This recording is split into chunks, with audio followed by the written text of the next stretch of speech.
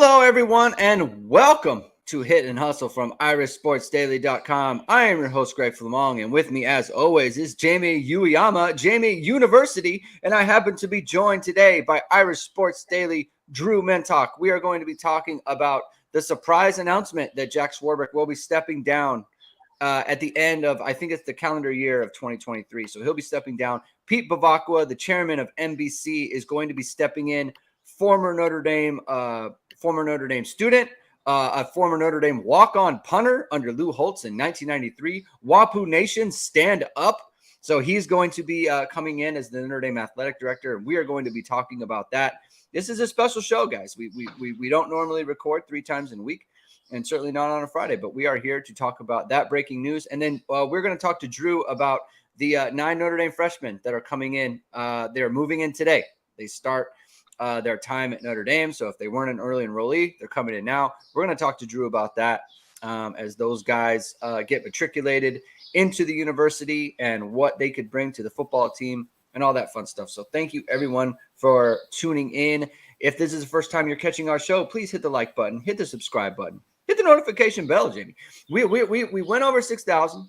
We're moving on at a nice pace now. I really like the subscription pace. So I appreciate everyone who has subscribed as a new subscriber and is listening to our content. Want to get 7K, want to get 7,000 before we get to the start of fall camp. So if you could, please subscribe to the show, tell other people about the show. And if they're into the audio form and they're not into the videos, podcast links are in the description below. You can find us on Apple, you can find us on Spotify, and anywhere you find your podcast. So, and before we get started, I want to talk to you guys about ESQ clothing. Hopefully, Pete Bevacqua will be wearing sporting ESQ gear in the very near future. We're gonna have to check in on that. A very dapper guy, Jamie. He's a very good looking guy. He if anyone needs to be wearing the ESQ bamboo shirt, it's Pete Bevacqua. I think he would wear it nice. He's got the nice bald head. Bald Nation, stand up. It's time. The bald people we're taking over Notre Dame. I'm gonna guess he has a lot of ESQ stuff. I bet you he does. Yeah. I bet you he does. And it would make sense because if you're a classy individual, you're wearing ESQ clothing. Check out Galwang's bamboo dress shirt. Has stretch. It's breathable, comfortable, wrinkle-resistant, odor-resistant, machine washable, all over the country. Marcus Freeman's wearing it all over the country. I bet he's wearing it right now, Jamie, right as we speak. So head over to ESQclothing.com and upgrade your shirt game. All right, fellas. Thank you for joining me today. I'm very excited. Drew, how are you? First of all, we don't talk to you very often. How are things with you? Yeah, things are going well. Things are, not too much going on in terms of the day-to-day team coverage right now, but I'm as you mentioned, talked to most of the early or mid-summer enrollees, so I'm excited to talk a little bit about that. Yeah, Jamie. What was your take? So I texted you about this. This was something that I had before you and Matt, incredibly, or at least you. Maybe Matt might have knew. He doesn't tell us stuff. He doesn't tell us sometimes about these big scoops that he has. But what was your impression when you heard about A, Swarbrick leaving, and B, Pete Bevacqua being named the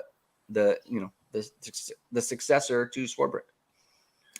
My first reaction was definitely not surprised that Swarbrick was leaving, because it just kind of felt like this is the time, we've mentioned it before.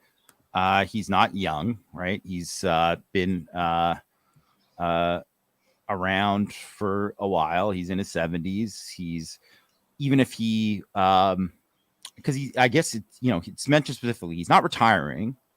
So he might still work, but it's like, it's a pretty big job. And then also too, there's a lot of big stuff coming up for Notre Dame. Mm-hmm. So it's kind of like would fit to leave or to transition right now, because there's a lot of like legacy stuff that he's going to be remembered for.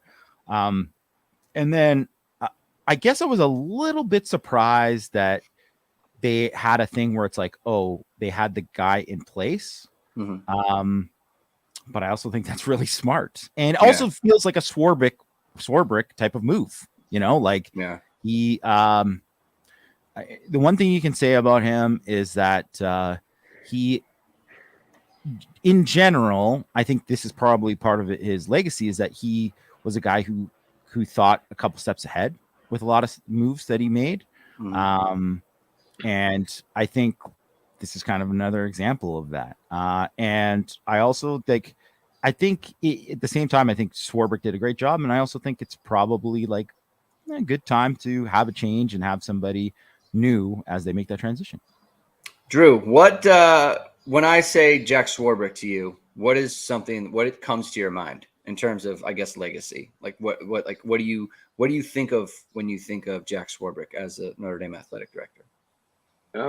I guess I really think of just as somebody who grew up in South Bend and kind of my formative years of, Notre Dame football and to a degree athletics in general. Like I didn't grow up thinking very highly of Notre Dame football athletics. Like I didn't understand almost what the big deal about Notre Dame football was, because they didn't do well when I was growing up, and to, really reflect on how he really transformed the program, and really kind of spearheaded, hiring Brian Kelly and getting things at least way more caught up than they were in the past, and getting Notre Dame back to where it was, I think is pretty significant. So I think that's the biggest thing I harp on, is just thinking back to where my perspective of Notre Dame athletics growing up around here, and then now looking at the brand and what he's really helped spearhead with all that.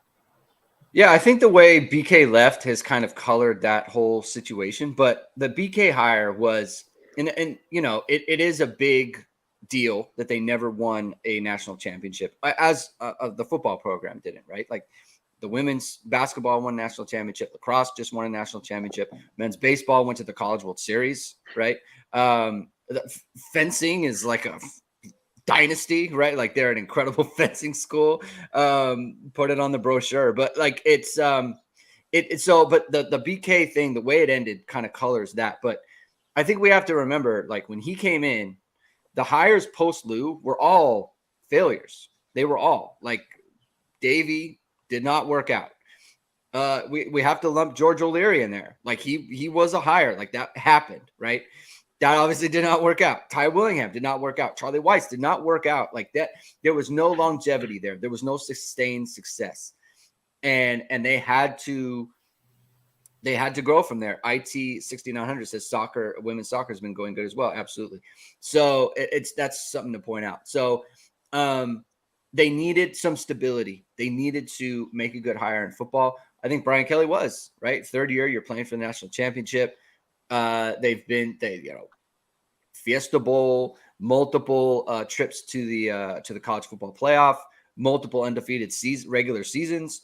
And so that's part of it, right? Another thing I think about with Jack Swarbrick, just that comes to my mind, is the Shamrock series, right? Like that was his thing. I think there's mixed reaction to that, right? I think some people like it, some people don't. But I mean, it was definitely a fun thing, right? Like it wasn't a complete dud, right? Whether people like it or not, it's just like I would say it was probably a net positive for the program. I think about the handling of COVID, and not just with the football program, but taking the school to the ACC, right? And the articles are being written. Notre Dame saves college football in 2020. Like that was a thing, and I think Jack Swarbrick was a huge part of that.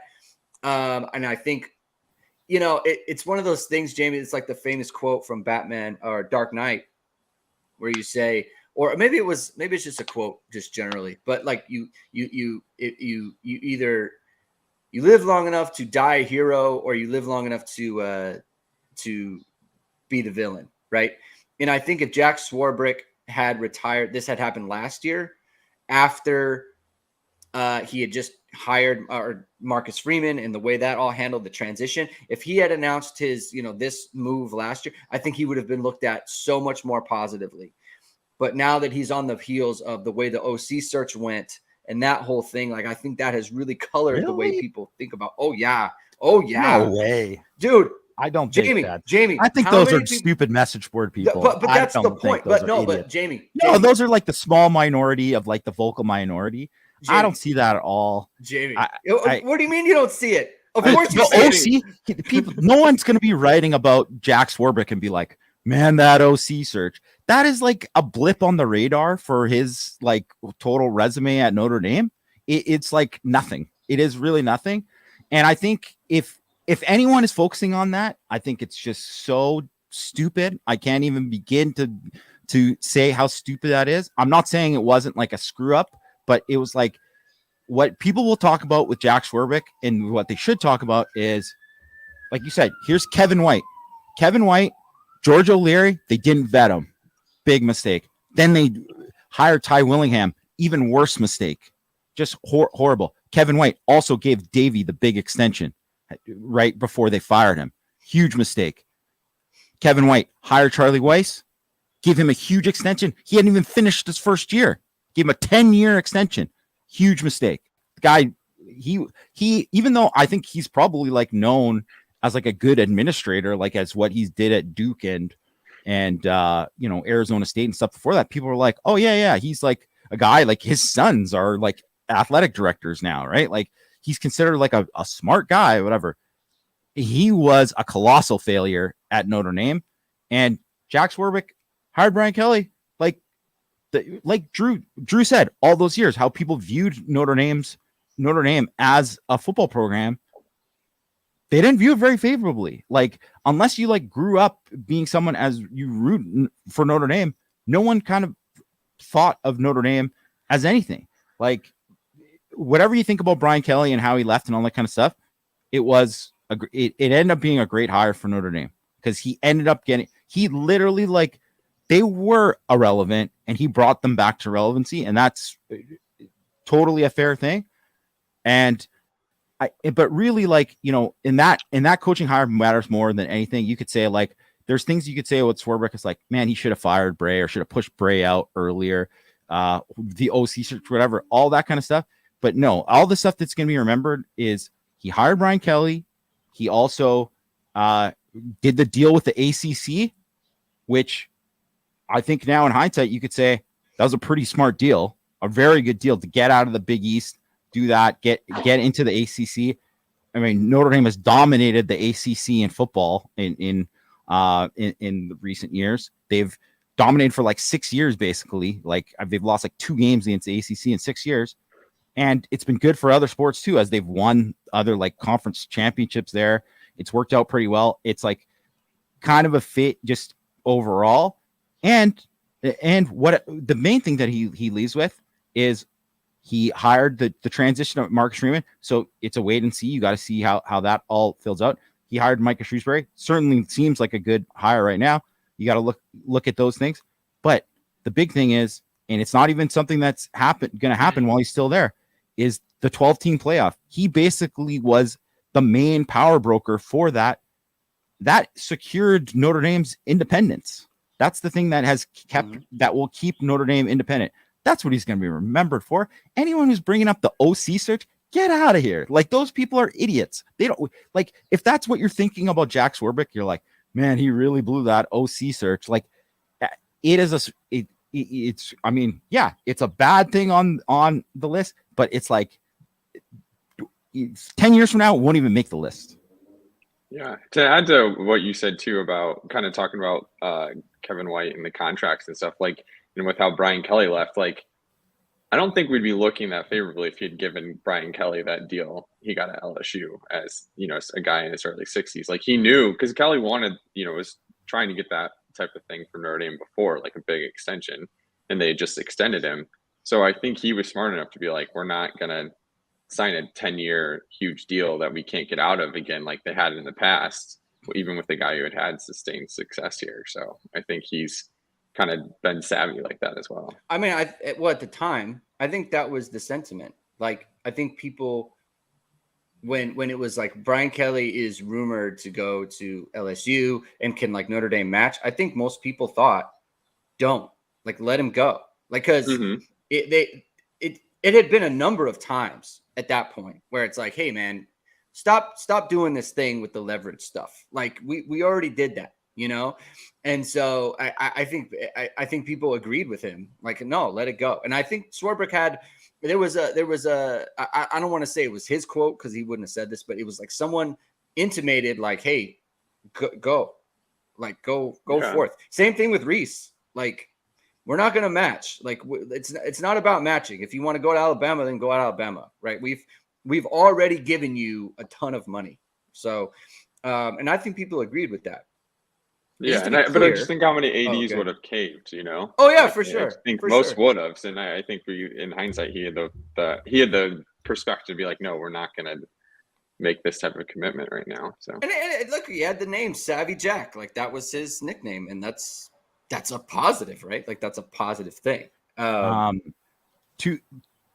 couple other big things that somebody brought up in the chat. The UA deal, I mean, that wasn't a good deal. That has been a bad deal for Notre Dame. It was a bad bet for sure. It was a bad bet. They placed a big bet on it, and they've lost that bet. Like, if they had won that bet, everyone would be like, "Yeah, of course you're staying with Under Armour." Yeah. Just for many reasons, we don't need to like. You could do a whole podcast on just how that didn't work out, right? But and so it's just something that wasn't. I think at the time people thought like, yeah, this could be a really good deal, but it didn't end up being a good deal. So that's part of it. And the other thing is 2016, a lot of people would have fired Brian Kelly. Yes. A lot of people would have fired Brian Kelly, and he didn't. And that was actually probably the best move he made out of the whole thing, because that completely changed the outlook of the program. Like that, from that time on. And honestly too, I don't know how much he pushed for like, hey, we gotta like, because I saw some people saying, oh, he's the one who hired Elko and stuff. Like, no, he wasn't. Like, it's not like he was like, hey, what about this Mike Elko guy? That's not how it worked out with any of that. But I don't know how much he pushed for saying like, hey, you got to make staff changes or what the thing is with Brian Kelly, or how much was on Brian Kelly to do that. But regardless of whatever, of how that all came about, the decision to keep Brian Kelly, like, that ended up being really good. And it could have been a disaster. Like, I remember at that time, like, there were like people being like, hey, what about Pat Narduzzi? Imagine if Pat Narduzzi was the head coach of Notre Dame. That would have been a bad thing. It wouldn't have worked out well. So like that, but that was like the kind of name that was out there at that time. Right. And it's something that like our boss, Mike Frankie, will always say too, right? Is like, sometimes one of the moves is to, if you don't have somebody better, it's like the move is to not make a move. Right. And I think that ended up being really smart. And I mean, Brian Kelly really just kind of owes him everything, because I mean, who knows where Brian Kelly would have ended up if he got fired then. Probably would have been on TV for a bit and then got another kind of like worse job and then worked his way back up. But he wouldn't be the head coach of LSU right now, right? So all of that that was probably, I'd say I'd probably put that at the top of the list of decisions he made. It was, and not just that, but he could not miss. Could not miss. I mean, he really had to, because then it would have spiraled if it was a bad choice. Tony, let me put this up here. Tony Ventitelli says he never got the facilities upgraded. Okay, that's not true. So we focus now on the Goog because that is the one thing that hasn't been improved. Like the Crossroads project was huge, right? Getting the Jumbotron was huge. The indoor practice facility is top notch. That is legit. And like, of the two things, the indoor practice facility is so much more important than the Goog is. So the locker room. Yeah, the locker, like that is all like, even the little thing with the visitor tunnel, like that, even a little thing like that is a thing that got better.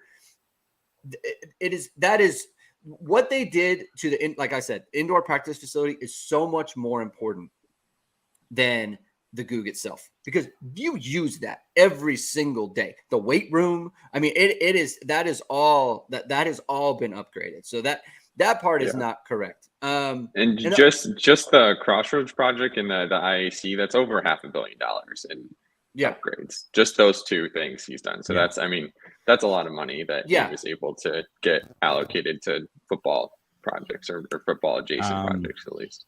Yeah. So like that is we, like I said, we talk about the good because that's the last thing, but it hasn't been nothing. It's been far from nothing. And I was listening to the Crossroads is literally the stadium. It is literally the stadium. You can't say it's mostly academic. It is literally the stadium itself. So yeah, no, like the press box, like the press box is better. Like it's just a completely different. It is so much. Notre Dame Stadium is so much better than it used to be. It just is, in like kind of every way. And there's one thing that I wanted to bring up too, because people don't think of this, and it's thing. I was listening to the 1 Foot Down podcast, and Jude Seymour brought up Notre Dame Fighting Irish Media that started in 2008 under Jack Swarbrick, and to where that operation is now is such a big deal. Their media operation is so much better. It was non-existent. It did not exist. Like all of the icons that everybody loves, like all of those things that come up, like the 2012 team, the 2015 team, like they always have something coming on. And now you have a pipeline of people who are now going in, like covering sports. Carolyn Pineda is one. Robinson, Corey Robinson is doing that. Jesse Matana came from that. Jack Collinsworth, Mike Golick Jr. Like it, Kyle Hamilton is doing the sideline reporting for Peacock. Like that is like Justin Scott has made a big deal about going into broadcast journalism, like as a major. That gives Notre Dame a huge advantage there. Like why wouldn't you? Like in all seriousness, why wouldn't you look at Notre Dame in that light now? Like it is legit pipeline if you want to go into that as a career. It truly is. And Jack Swarbrick, it made that a priority, and that is a major benefit to the program right now. So I think that should not be forgotten as well. It was a really good thing for the program. Go ahead, Jim. Hold on. I just wanted to say, because IT 6900, he mentioned he's like about the UA deal being poor, and what was the worst part of the deal? Yeah, and quality of shoes. I mean, that's near the top of the list. But I mean, the big thing is financially.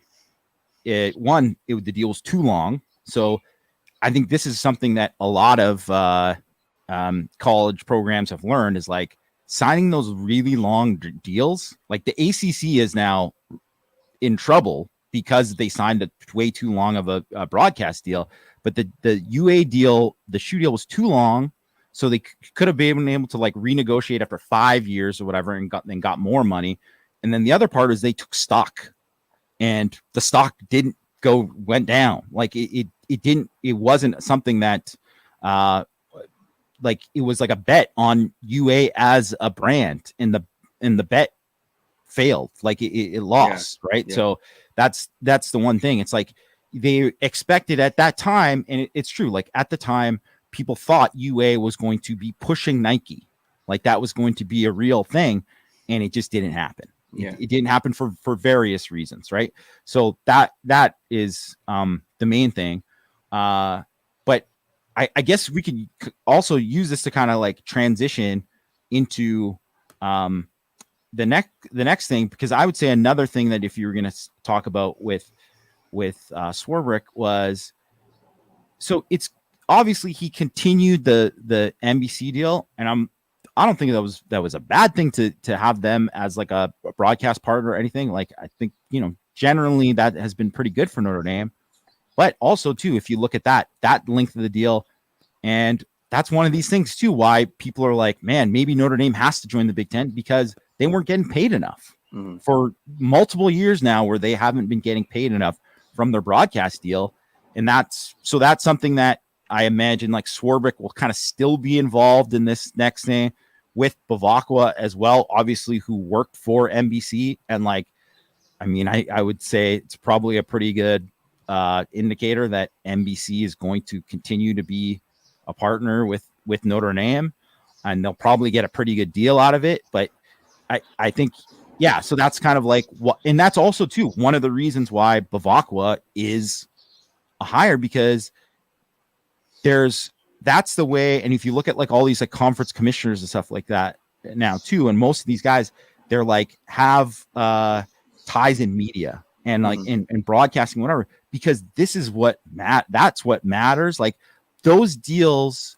And obviously when you hire coaches, that's what people would be judged. We just spent all that time talking about Brian Kelly and deciding not to fire him and all that stuff.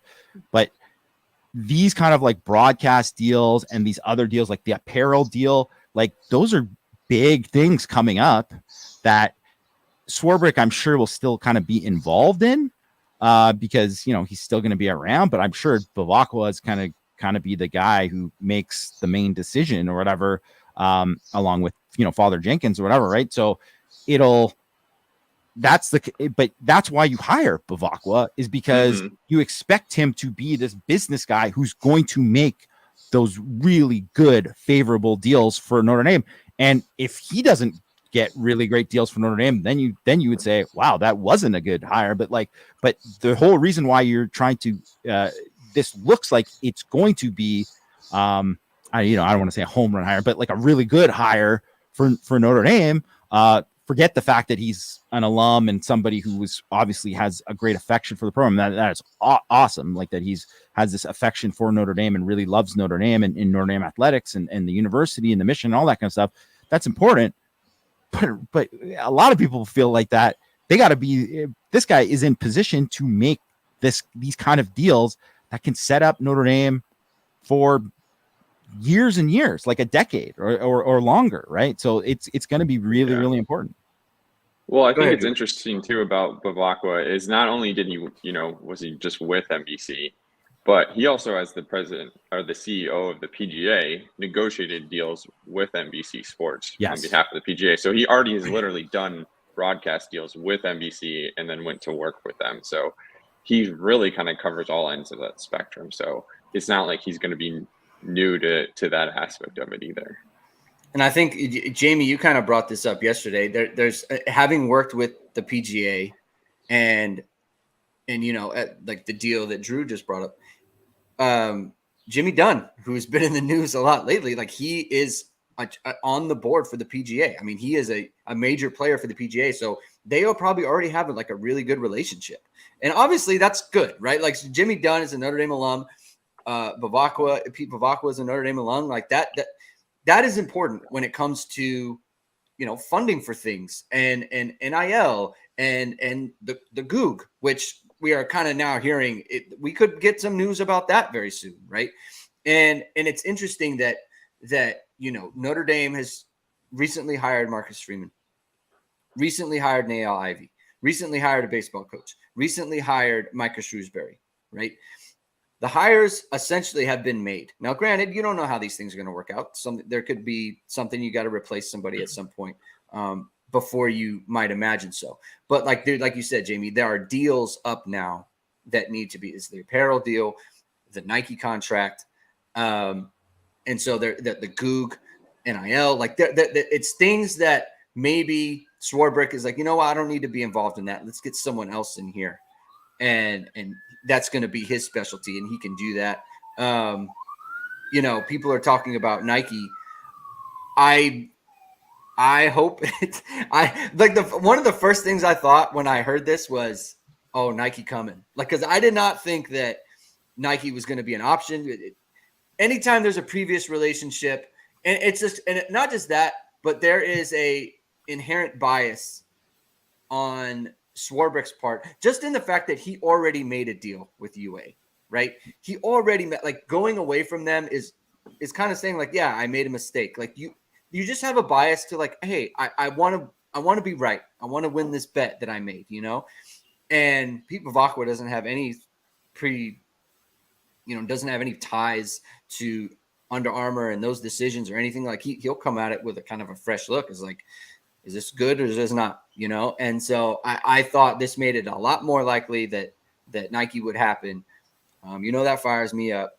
Darren and Swarbrick's kids work for you. I don't like to throw that out just because I have no clue about. Well, it's a lot. It's what I mean. Like it is a conflict of interest. So it's just something that I mean, you would just not to say that he would definitely make that deal, but like I think UA might not be as happy with that if that didn't happen, right? So you put it the right way. It's something. It is a conflict of interest, period. There's no getting around that. It definitely is. Whether it affects him or not, it's a conflict of interest. Yeah. Don Sorrells asked, will NIL be tied into the next apparel deal?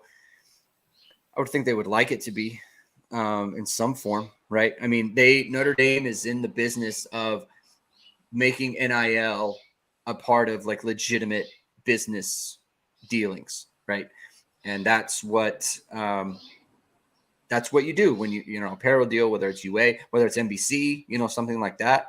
So I think that could be a factor too, where NBC and Notre Dame come to some sort of NIL agreement. We have to watch that space. So what Drew, I'm gonna kind of pick your brain on this a little bit. Like, what do you think is a kind of a prime ground for Pete Bevacqua to come in and kind of make a splash as a Notre Dame AD? I think those two deals, the NBC deal, or I guess television rights in general, and the Under Armour, are definitely the two things on the near horizon that he'll need to come in and kind of figure out and navigate, and should have a lot of experience. And it's interesting that he's going to start as a special assistant, I guess, on July 1st, I believe. So he'll have time to kind of be around the program, develop some of those relationships and really get an understanding of how things are, and then what he wants to do going forward too. So, I'll ask. It'll be interesting. Go ahead. No, go ahead. How, obviously he has strong ties to NBC, but how much is he willing to explore other potential options too? Yeah. Like, is it going to just be kind of an automatic deal, or are they going to actually look at some of these things that were previously rumored and stuff like that? That would be my maybe biggest concern. Maybe he has, not that I think Notre Dame shouldn't stick with NBC, but it also seems important to at least explore some of these other options that could be potentially beneficial too. So. Yeah, how willing is he to push NBC? Because I think they need to be pushed a little bit. That their Notre Dame coverage has gotten, I guess, stale, right? Just a little bit. I don't know. It just doesn't. How many times did we watch the broadcast? It's just like, man, this is kind of just not. It's not first rate. Like, how much is he going to push them, right? Actually use them as something that not just they have the rights to, but something you're actually like taking pride in, I think that's going to be a big deal. Drew, and I'll ask this of Jamie too. Like, do you think this makes it more or less likely that they join a conference, specifically the Big Ten, given the NBC tie? I guess I don't know if it really impacts it. So much of that is going to depend on what happens with the ACC and stuff like that. I feel like that stuff probably matters, because if we end up with two super conferences, then I think it's going to tie Notre Dame's hands. But I think if they can get a good deal from NBC and kind of keep up competitively financially, and with the deal Swarbrick has with the 12-team playoff, or help to orchestrate at least, I think Notre Dame's in a position to be independent for a long time, as long as the conference realignment doesn't explode there. So, what do you think, Jamie? I think it all depends. That's why this was, a significant hire, because it all depends how much money they get. And that's really good. That's going to determine it, because you have to be competitive financially with the Big Ten and the SEC, or else, you put everything, you can only value independence so much until it puts you at a competitive disadvantage. And I think already you're kind of at a competitive disadvantage if you think about the 12-team playoff. Like, yeah, you're doing it so you can keep independence, but it's like, well, you could be the number one team and be the 5th seed, like, that's just kind of how it is. And you really have to value independence to do that, because you're possibly giving that up. And I guess it's also, part of that is like a bet that Notre Dame is probably going to be more in the 5 to 8 range than they are in the 1 to 4 on most years, whatever. So I guess that's part of it. But you have to do something. You have to be able to navigate with the ACC.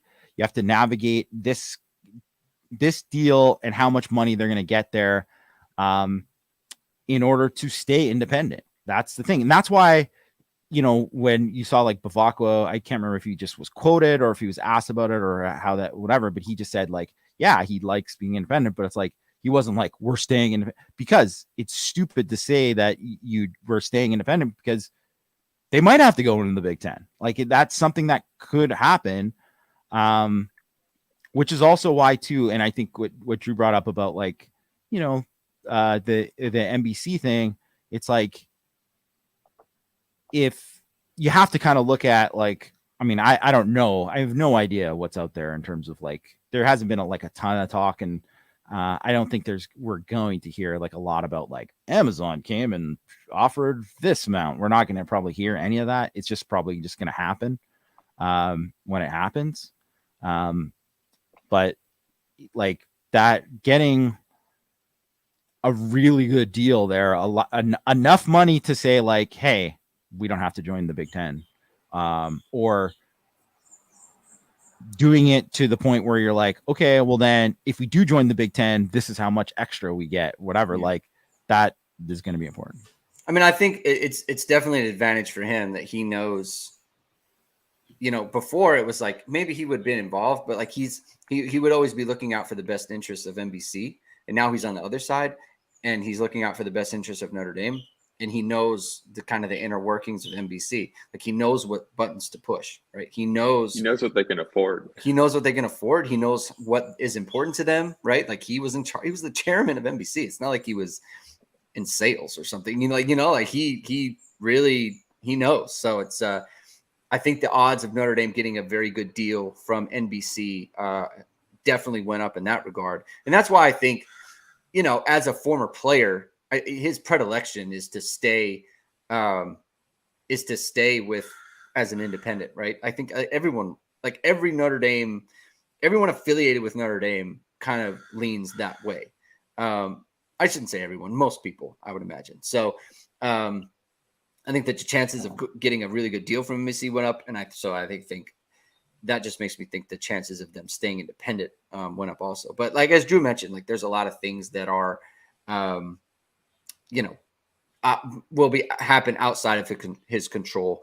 So that could tie his hands, but we'll see. So, I do think I guess to kind of add to that is the one negative of him not really having that like college administrator experience is we've obviously seen Swarbrick kind of was able to, be a power broker within like the college landscape, and he may not have those relationships like that. Obviously Swarbrick had time to develop those before this type of thing came up, so that would be maybe the one disadvantage, is he may not have the sway with the ACC to prevent teams from leaving if they're able to figure that out legally and stuff. So that may be the one thing that could work against Notre Dame in terms of staying independent, is he may not be able to be that type of power broker that maybe Swarbrick could have been if things start shaking out a certain way. So I mean, and that's definitely one thing that Swarbrick did for him, in that he has Notre Dame with a seat at the table.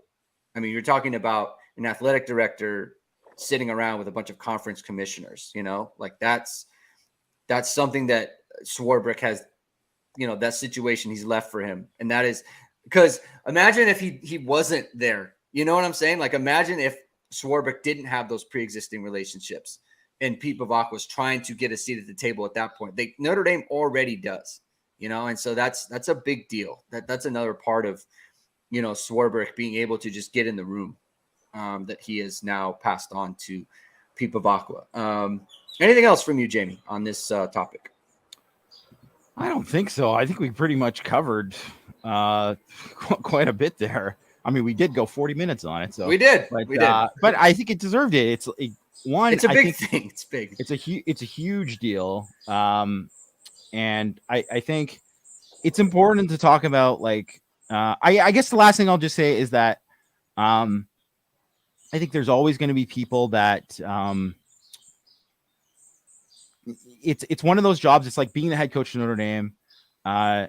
No one is ever going to have 100% approval rating. I don't even care if you're like Lou Holtz was doing pretty well, and he definitely didn't have.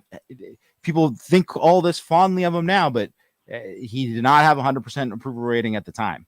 Mm-hmm. And even when they were winning, there was still, there's always going to be something, and that's kind of the way with Jack Swarbrick. I would just say overall, you can pick a lot of stuff, and we mentioned a lot of the things that didn't go well for him, but I think you have to say overall, even if there's stuff that I wouldn't agree with or that he might have wanted to do again, I mean, he did a pretty great job as an athletic director. Certainly, there was never any time where anyone would have thought that, they would fire Jack Swarbrick because he was doing that. And it was like never, ever came close to that. Yeah, I mean, you're talking about over 15 years. Not everything is going to go perfect. No one bats 1,000 in that time span.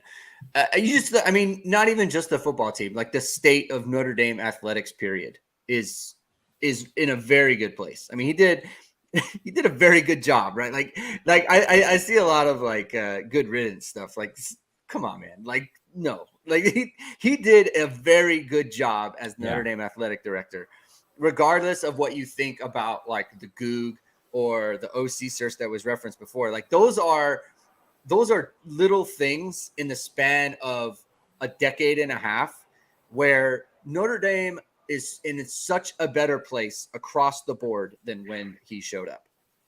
Did a very good job, So I don't think that's even like if you look at it in a good faith way, I don't think that's even disputable. So, all right, guys, let's transition. Jack Swarbrick moving on, freshman moving in. You like that? I know Drew likes that. So, Drew, tell me about the freshmen who are coming in. You've talked to them. You've profiled them. Tell me about those guys. Start with whoever you would like to start with. So I believe I'd have to double check this, but I believe it's 11 freshmen are coming in, 12 if you count Luke Talich, who, is at least a Why did I scholarship say 9? developer. I don't know why I said 9. I think I spoke to 9, but I wasn't able to got get it. all, That's why. You said you spoke to 9. Got it. Okay. Yep. So not all of them got back to me in time. Yeah. But yeah, most of them did, including, top guys like Charles Jagasaw and Jeremiah Love. So I think Jagasaw is probably the most important one to start with, just in terms of he seemed uncertain on when he's actually going to be available. Sounds like Notre Dame thought it could be, into the fall. His own kind of PT specialist thought maybe he'd be ready summer. Either way, I don't think he's somebody who's going to be full go at the start of fall camp.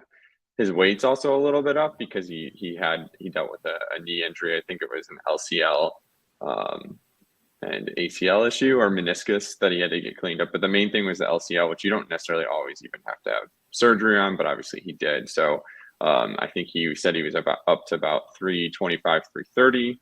So I would say, I think there's some expectation that maybe he could try and compete for one of those guard spots. Maybe some people think that, but I think given that might be pretty difficult considering he's getting back into football shape, and not even totally certain when he's going to be full go at this point. So I think that's the biggest concern. And then, but Jeremiah Love, produced some pretty good track times. I know you discussed, I think he ran like a 10.55 that was wind aided, but he's, really showing off that speed. I think he was focused more on track than football, getting in football shape. So I'm kind of curious how that transition is going to go. And he also wasn't somebody who seemed super eager to I'm going to play right away. Like he said, if I'm not on the field immediately, that's okay. Like I don't mind saving those hits. So I think that's kind of an interesting kind of healthy perspective for him to have, that he's going to come in, compete, but if he doesn't play right away, he's not the type of kid who's going to be looking to transfer or anything. So I mean, he probably understands what's in front of him, I mean, that's probably just a realization on his part. And you don't know also, for him, there might just be a self-awareness of man, how many reps am I going to be getting early? You don't get them very often. But if he comes in like Josh Adams in 2015, if they give him the ball a bunch in camp and he's breaking off runs, well, guess what, big guy, you're gonna be put in the game. So I think that's I think that just remains to be seen. Jamie, I think what Drew said about Jagasaw, if it's the fact that he's gained a bunch of weight, he's not in shape, it can't even think about competing, regardless of, let's say he came in and it's like, oh yeah, I'm ready to go. Like, he'd have to drop a bunch of weight in a short amount of time just to be physically ready to play. It sounds like it's a classic red shirt type situation there. Yeah, it sounds like it's probably like it would almost be surprising if he got the 4 games in. Like he's probably going to, which is kind of pretty normal for any offensive lineman, anyways. It's like, they're not putting in too many offensive linemen at the end of games, even in blowouts, really, right? They're keeping in those O linemen as much as possible. So, yeah, I think that that was probably the most significant update. It was just getting that health status there, because there was like thought that, maybe, right? Maybe, but I mean, no, there's no way. Like there's no way that he would be able to actually, even if he was like, he's still like, man, he's been doing a lot of running in the pool and he's like, whatever. It's like, nah, it's just, it wouldn't it's already a hard enough transition. And all of a sudden you just got to kind of step into it. And it's like, man, he hasn't been lifting. He hasn't been doing this. It's like, no, it's not. And he'll be better for it. I mean, and like we always mention, like Quentin Nelson, Zach Martin, those guys didn't play. Redshirted. Yeah. They redshirted, right? Yeah. Ronnie Stanley, like, got a red shirt, but he was good, like, did play as a freshman, but he got hurt or whatever. But like, I mean, the Blake Fishers and the who got a red shirt because he got hurt, and the Joe Alts, whatever, those guys, the Robert Haineses, there are not many of them. Yeah. What I also think is interesting about those two guys, we always talk about Notre Dame needing to find like those, top 100 players who are Notre Dame fits. Both of them, I think, finished up their high school careers with 4.1 range GPAs, which is pretty impressive too. So not really to do with the football aspect, but they definitely found a couple of those guys who are not going to, I mean, Notre Dame's going to be a challenge for anyone, but they're definitely going to be well prepared for it. So it's actually a great point though, because that is really the hardest transition for most of these guys that no one ever takes into account, because they're always like, okay, can this guy learn the playbook? Can whatever? It's like, well, sometimes the guy his head might be too far in the playbook and he's really struggling on school. And it's a transition. It's a real transition for, I mean, any kid going to college and especially like a place like Notre Dame, where you actually have to go to class and you actually have to, take, difficult classes. And most guys kind of have an idea of like where they're going to major in and are already kind of getting on that track, right? Because they want to graduate within 3 years. And especially for the guys who come in the summer, you're a semester behind the other guys and your classmates, right? So it's definitely something that we've seen it before too, where even there's like talented guys. It's like, well, this guy's looked like he was going to play, but he's not going to play because he needs to get his school in check or whatever. So it is important to have those guys. Who else stood out to you, Drew, as far as like, people talk a lot about like a lot of the freshmen that have had early impacts for Notre Dame were not early enrollees. Like, so Ben Morrison was not, Michael Mayer was not, Kyle Hamilton was not. So who that you spoke with, it's like, oh, that's someone I'm going to be kind of checking in on. Who's like, I think really impressive to talk to was Armel Mukum. Like, just, I mean, I think he's Jamie's up to yeah, I think he was up to 265. Like, and he was doing track, and he's more like a discus shot put guy, but he was still doing speed training. So he, would go do, like, I think 2 days a week was going off and doing training like the 100, 200 and stuff with everyone else, even though he wasn't competing in that, just because like, I also want to get faster, more explosive. Yeah. So he seemed very intentional, and just even the way he talked about watching the NFL draft, and he kind of broke down like the 3 traits that he felt like were consistent among like defensive linemen and stuff. And I know he's kind of newer to the game, but I had a like pretty strong appreciation for just like how he was like approaching getting prepared for Notre Dame and how he was already thinking about the game and stuff. So I'm kind of curious, even though I know he was kind of seen as more of a project, he seems like he's really thoughtful and putting in a lot of work to be prepared early. So I'm kind of curious if maybe even if he was looked at as a guy who might be ready, 2 years down the line or something like that. I'm kind of curious if maybe he can exceed expectations there. See, Jamie, that's the thing. You take bets on guys, right? And you don't know how they are going to approach it.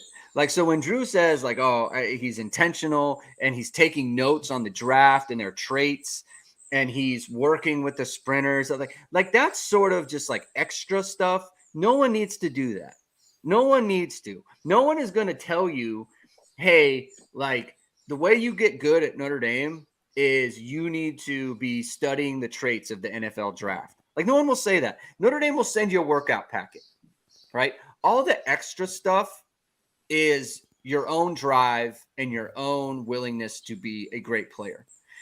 And that's what you want from all of them, so not just the projects, quote unquote, but that's what you want from all of them. And that's what you kind of don't know. And so to hear that stuff, it's super duper, like, love to hear it. Love to hear it, especially someone who's like, like Jamie's a former coach, right? Like you love to hear that stuff. People going on. I know you're really high on Armor Mukum, Jamie. So how fired up are you to hear that? I'm definitely fired up about that. And I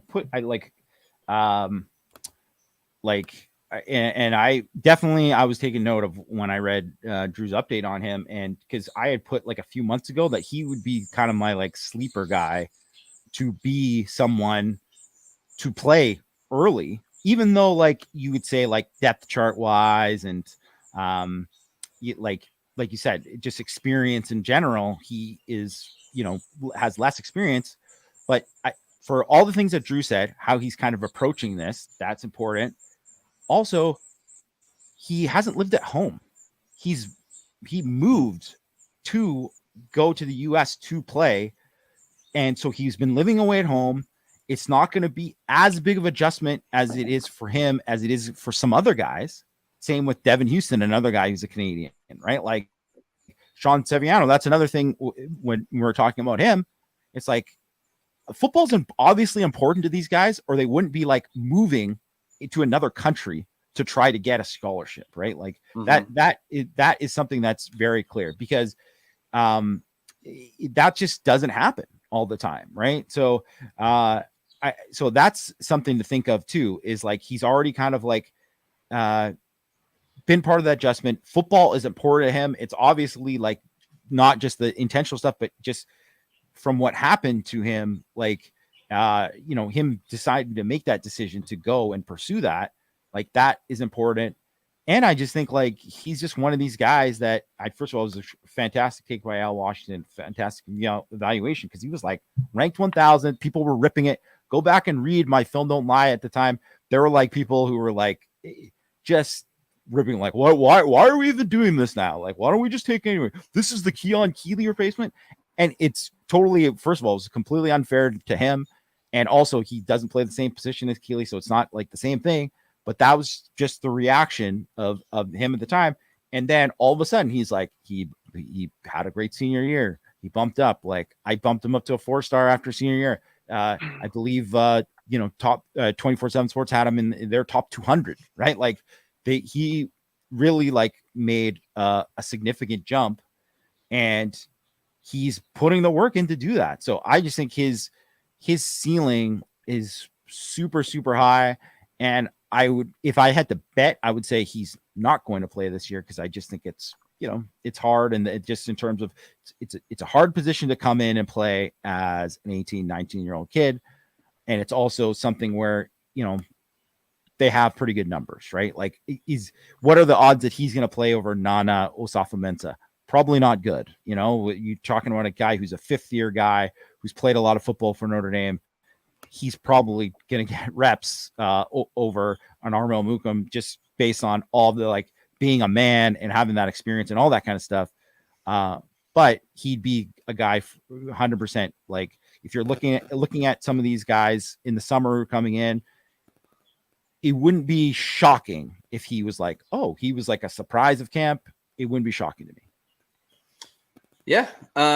3 other defenders who are coming in today are Brennan Vernon, a defensive lineman from Ohio, Bubakar Traore, another defensive lineman from Massachusetts, and Micah Bell, the corner, the speedy corner, the 10-4 corner, who's coming in from Texas. Drew, what can you tell us about those guys? So I wasn't able to talk to Brennan Vernon. He did not. He's one of the who didn't get back to me, so I don't really have much of an update there. Not a big media guy. No. Yeah. No. But Bell, yeah, I mean, he was definitely engaging. I mean, he ran 10-4-1 for the second straight year, so I guess he technically didn't get faster, but even just kind of maintaining. I mean, that's elite speed. So it's a big deal. Yeah. And I think it's key for guys that are like that he's been able to stay healthy. I mean, I feel like you hear about, I think even Jeremiah Love had to take off, was it last year from track because he, tweaked something. So for, I not saying anything against Jeremiah Love, but just, Bell's elite speed and the fact that he seems pretty durable. I mean, he was, he's been working with Coach Mickens as well. Like, I know he's like filming himself doing drills and, sending it to Mickens and stuff to kind of get feedback. He definitely seemed like a guy who understands he's a lot to learn, and he kind of has the approach that like, I'm just still have a lot to learn about football, but I'm like really excited to get in there and figure it out. So he's definitely one that I wouldn't necessarily expect to, he's a little undersized. He kind of been playing all over the field, but his approach is like, I'm ready to just learn as much as possible and about playing corner. So seemed to have again a good mentality and approach to things. But it could be a guy who's really helping Notre Dame in a couple years. I mean, we always say it, Jamie, the kick returning aspect, right? It's there if they want to use it. 10-4 guys are running back in high school. Fire up the Jets, let's give them a shot. So that'll be interesting to track as well. There's a trio of offensive linemen: Christopher Tarrick, Joe Otting, and Sullivan Absher. They'll be coming in. In my opinion, like pure developmental guys, right? Got to get bigger, got to get into the program, got to get acclimated to being college offensive linemen. It's a big difference, especially for someone like Sullivan Absher, who's coming from a completely different offense. It's just like it's for him, it might take a couple years, even though they like the traits and all those things.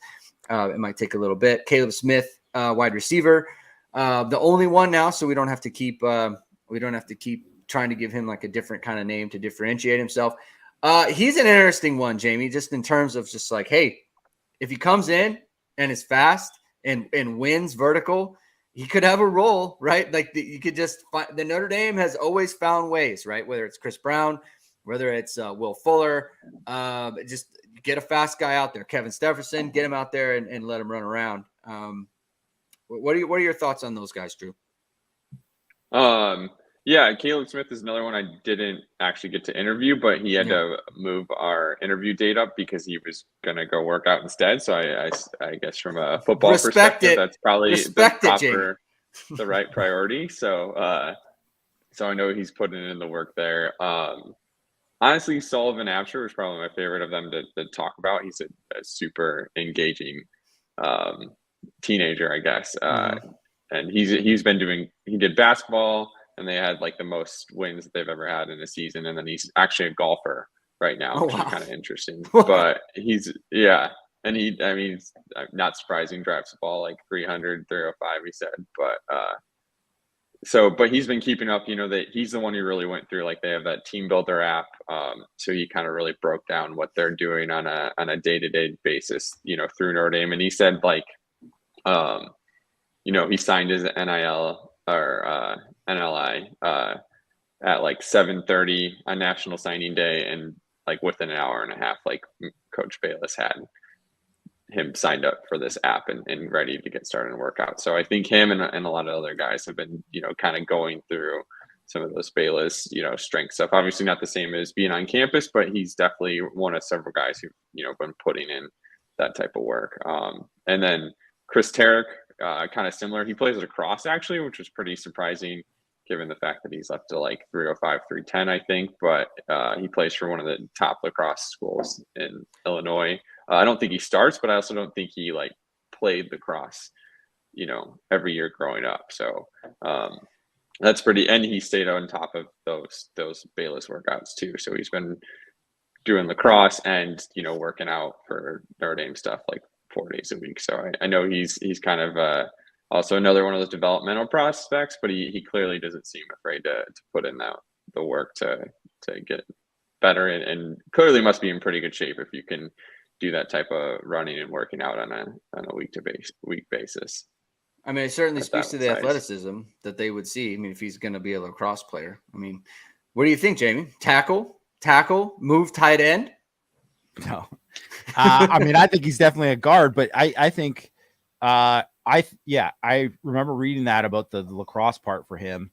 And because really the biggest question, if you kind of saw pictures of him and how he looked during his senior season, I mean, obviously he's a guy who can move people off the football, but he's a guy who needs to lose weight and get in better shape. And he's going to have to get into the strength and conditioning program and kind of reshape his body.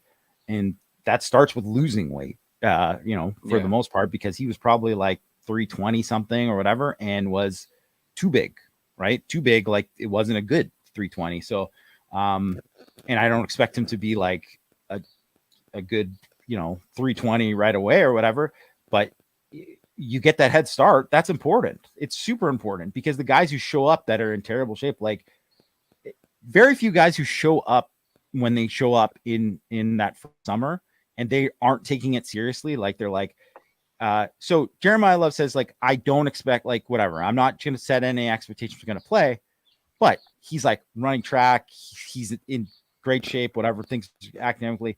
It's not like he won't be prepared in a way. Right. Yeah. And for a guy like Tarek, it's like, he's going to be prepared to get better at football. He knows that this is what it's about now. So he's not playing lacrosse thinking like, hey, maybe I can play in the lacrosse team at Notre Dame. He's doing that because he's trying to like maybe have some fun with his buddies or whatever and play lacrosse, and they got a good school and stuff, but probably mostly to get in better shape so he can play football at a higher level.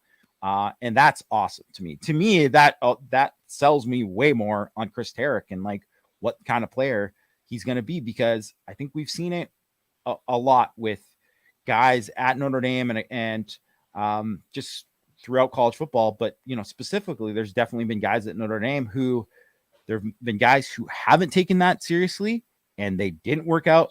And that is a huge reason why. And there are guys who right away took it seriously, did everything they could to either lose weight or put on the weight or do it right. And it's made a huge difference. Like Drew and I, Jason Anye stood right beside us during Irish Invasion. And I mean, he's a dude. Like he is an impressive looking guy. And I remember a couple years ago, he was not an impressive looking guy. Like he's completely, changed his body. And now he is like probably one of the more impressive looking defensive linemen they've had in some time. And that's absolutely, I mean, it's a credit to the Bayless. It's a credit to, him for making that choice and doing that. And that's what you got to do, because if you look in the NFL, there aren't guys that are just like kind of there, like they are dudes, and so you got to work to become a dude, because there are very few guys who just, it's like all God-given. You got to work for it. So that's awesome to hear, Tarek. I mean, it like that's the unknown thing for every recruit. You just don't know how it's going to be when they get on campus. How much do they actually want it? Like how much work are they actually willing to put in that isn't mandatory?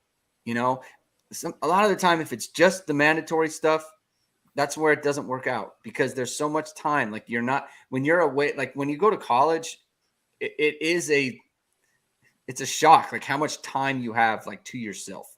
and you have to manage yourself, right? Like your mom is not cooking for you anymore. Your dad's not cooking for you anymore. Like not everything, you choose your own classes, right? Like you have all this time. No one is really no one's going to hold your hand. And so this is where it just kind of shows itself, like in the little things, like Jamie was just talking about. So, and the last one is Cooper Flanagan, the tight end from De La Salle High School. He's coming in. Obviously, a lot of talent on the Notre Dame roster for tight ends, Drew. But tell us about talking to him. Yeah, he dealt with it. He didn't have surgery or anything, but he dealt with a knee injury kind of towards the end of his football season that I think kind of kept him out of conditioning, but he still seemed like he was up to 270. It sounded like, at least from what he said, that a lot of that was good weight. So I think he's been in the weight room quite a bit, but and that could help him once he's on campus if he's, I know he's a very experienced blocker and like the triple option at De La Salle. So maybe with that size, he can kind of contribute that way early, especially with some of the injuries to guys like Eli Reardon and Kevin Ballman. So that'll be kind of interesting. He did seem to think that I think just over this last month he was getting back to running and conditioning, but he seemed to think some of that weight would come down pretty quickly. So I'm kind of curious what he ends up actually weighing, come fall camp. But the biggest takeaway from him is he definitely seems to have a pretty big chip on his shoulder in terms of what he can do in the pass game. Talked about how kind of gets knocked for that just because he didn't really have a lot of opportunities for that in high school. But he, I think a year or two ago, bought like a jugs machine. So I know he works on that almost like every day, catching the football even when he's been injured. And he seemed to think he was going to exceed expectations in terms of what he can do catching the football. So I'm kind of curious to see how that works out because it's clearly something that he's taking personally. So I think that's always a good sign. But Jamie, it's a new day. We got high school kids buying jugs machines. Good gracious. It's not something that happened in the 1990s when we were coming up. So, but good for him, man. Listen, everyone who talks about him, he's more of the blocker, right? He's the inline guy, right? So I understand. Understand that he's got the chip on his shoulder, and that's good. That'll probably serve him well going forward. One thing about De La Salle kids is they're extremely well coached and disciplined, super disciplined. And obviously Isaiah Foskey was a De La Salle kid. And it's not a program that highlights the individual. You know what I mean? So it's not like they weren't Flanagan is a stud tight end, so we better throw him, we better get him 50 balls this year. That's going to happen.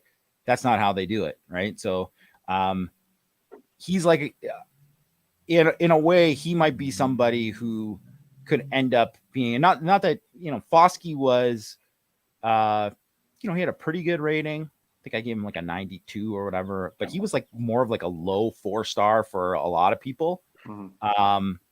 And he really kind of obviously proved that he was a lot better than that. And I think if he had been at a different program or something, maybe he would have got a lot more shine. So that'll be something to watch with Flanagan for me. Yeah. All right, boys. I also wanted to touch on Luke Talich is the one other right. I also spoke to. Luke Talich. I love that guy. Honestly, I am so in on Luke Talich. I'm gonna get carried away, but I'm in on this guy. Tell me, Drew. Yeah, I mean his track times were super impressive. I mean he ran a 10.72 in the state championship for Wyoming, which won state. Wyoming isn't the top high school athletics school or state in the country, but I mean those are really impressive numbers. And he's jumped. Let me make sure I have this right. 22.11 in the long jump. Also, I think Matt Freeman pointed out that defensive backs and skill players who exceed that 22-foot mark is kind of top 25% in the SEC, I think was what he said. Mm-hmm. So I think and he's up to 195 too. So he's put on weight and gotten faster over this last year. So I think that's really interesting. I mean, so he actually went to the same high school as my dad. So I'm familiar with Wyoming football and athletics to a degree. And he's definitely going to have a learning curve in terms of just the kind of competition he faced. He's a guy who, is like his high school's quarterback and stuff too. So it's not like he was just focusing on safety. But I think, based on these numbers, based on the size, he's 6'3", 195. Like, he's a guy athletically who can definitely fit the bill for what Notre Dame is looking for, and can help out. It's just kind of going to be getting caught up to, that definitely a much higher level of competition when he gets on campus. So those track times are Jeremiah Love caliber athleticism. Legit. Like, seriously. Like, just Jeremiah Love, like, he ran the 10.5. It was windy. All his other times are basically around like 10.7. So he's like a 10.7 guy, like a low 22, high 21 guy in the 200. That's Luke Tolich, right? At 6'3", 195. And a 22-foot, 11-inch long jump. That's athleticism, Jamie. And remember when we talked about Antonio Carter when he committed to Notre Dame, coming from Rhode Island? We said when you are a skill position player, it's not such a bulk girth thing at that point. Like, at some point, there's a physical limitation that you have if you're like your lineman. But if you can run and you have athletic ability, that translates wherever. If you're a 10.72 in Wyoming is a 10.72 in California, doesn't matter, right? Now, there will be a jump because the caliber of athletes he's playing now will be different, right? But if you can run and if you have that kind of athleticism and you have that length, you can do it. It's not like being a guard. It's not like being a tackle. It's different, right? So I don't know, man. I don't want to get too carried away with this guy. I really don't, because I don't know that much about him, but I do know, like, those times are legit. That's a real guy. So if you've got it, you've got it. Yeah, and I think, I think safety recruiting has been people have been pretty hard on it with to a degree, to good reason. But I think, Notre Dame still got 2 like 4-star recruits in this class. Yeah. They lost Peyton Bowen, they lost Brandon Hillman, and then they still got this guy who, could have gone to Utah, who's, back-to-back Pac-12 champs. And honestly, if you look at like 24/7 rating, he's one of the highest rated guys to come out of Wyoming in years. Most of them, just the best guy just goes to Wyoming. And that's probably maybe his only like legit or, FBS scholarship offer. So this, I don't know, this is your 5th safety who's supposed to be in this class. Like, I guess Notre Dame needed numbers and they had some things fall through, and they're still going to get 3 potentially quality guys in this class, which I think is a different perspective maybe to take on this. Obviously think that you would have liked things to work out differently, but like they had some other things in place that could help them down the road. So yeah. Jamie, should we get into safety recruiting right now? No. We'll have to say I will just add, though, Ben Minich, because he's already on campus, so whatever, that we're not talking about him, but another guy with elite track times, right? He's got the speed. And I think that's something that it's pretty obvious. Notre Dame is one of the teams that has been what they've done, where they've identified that. Because if you can't hit those, if you're not fast, you don't have this elite trait or whatever, right? This elite physical trait. It's tough to play at a really, really high level, right? So it's just one of those things, right? It's like, size, speed, whatever. Like, very like the reason why Micah Bell is, a take at 5'10" or whatever is because he runs a 10 forward. Like that's why, right? So I love to see it. Love to see that. Love to hear about Luke Tolich and his athleticism. And, we'll see. And then it's all about developing those guys and seeing how they play ball. All right, boys. Sounds good. Drew, thanks for coming on. A lot of good insight, a lot of good info. Check out irishsportsdaily.com and look up those articles that Drew wrote on the players. They're really good stuff. So thank you, everyone, for joining. Special impromptu show. It was a really good time. Check us out on our podcast feeds. Links in the description below. Hit the like button, hit the subscribe button, hit the notification bell. We'll be back next week talking about recruiting, talking about visits, updates, all those other things. So stay tuned in with us. And other than that, have a good weekend, everybody. We will talk to you next week.